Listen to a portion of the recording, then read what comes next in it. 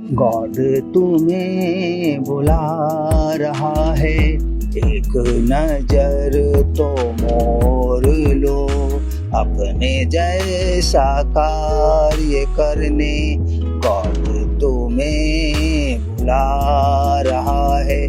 निस्वार्थ हर्षित स्वेच्छित होके सबकी सेवा करने गॉड तुम्हें बुला रहा है। स्वर्गीय जीवन जीना सिखाने, दीन दुखियों की सेवा करने गॉड तुम्हें बुला रहा है।